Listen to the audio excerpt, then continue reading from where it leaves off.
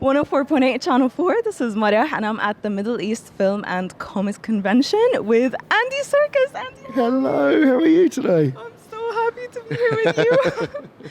So before we start, yes, I have some gifts for you because this is goodness. a tradition at Channel 4. How so, okay, I'll put these down.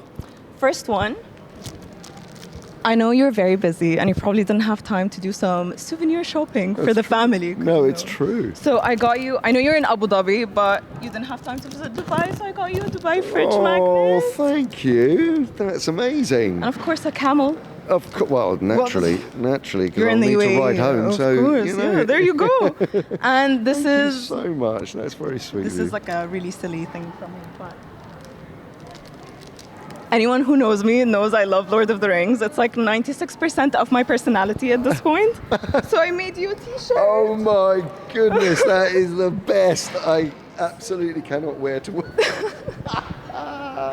So it That's says, fantastic. my precious, but in like poetic Arabic. Oh, and of that's course it's beautiful. Gollum from, the Middle East. That's so brilliant. Oh, I shall wear that with pride. That's amazing. That is amazing. Thank you so much. No, thank you. Thank That's you great. for what That's you do. hilarious. So, now the interview bit. Okay. Okay, I want to ask you about Luther that's coming yeah. out on Netflix. Yes, So, yes. Can you tell me a bit about it? Yes, it's actually out in cinemas now, and it comes out on Netflix on the 10th of March. And so for those of you who don't know Luther, Luther is a cop of kind of, he lives. He's a rogue cop.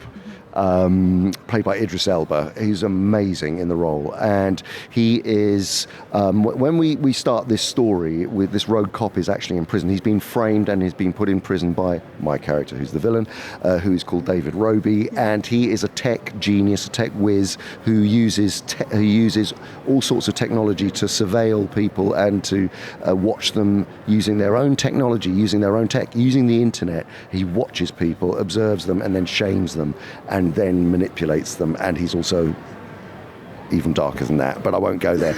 and so really it's about Luther trying to track down this character.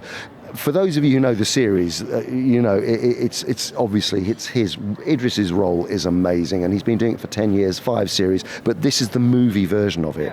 So it's elevated, it's bigger, it's on a much bigger global scale, and the locations and everything about it feels much bigger. Honestly, I'm so excited to watch it. I mean, mainly for you, but for the story as well. It is, I have to say, one of the darkest characters I've ever played in my life. Really? You literally played a psychopath serial killer? Yeah, More than that? Yeah. No, it's very disturbing. I almost didn't do it because it was like, do I really want to go there? Well, good thing you're a really nice person, so it's fine. Okay, my last question, because I don't want to take too much time.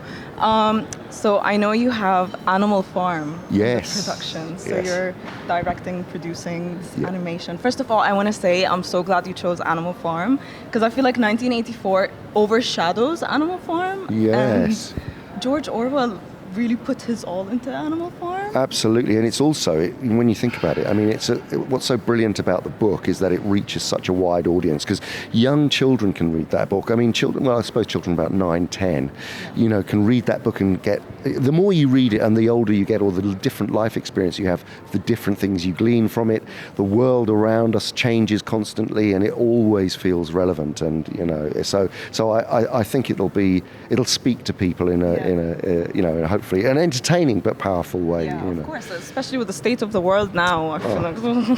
Yeah. I do want to ask, as director Andy Serkis, so how do you really take book adaptations? Because I know you worked as second director unit for The Hobbit. That's right. And now you're doing Animal Farm. So how do you decide what goes on for the audience to see in a movie that you would take from a book?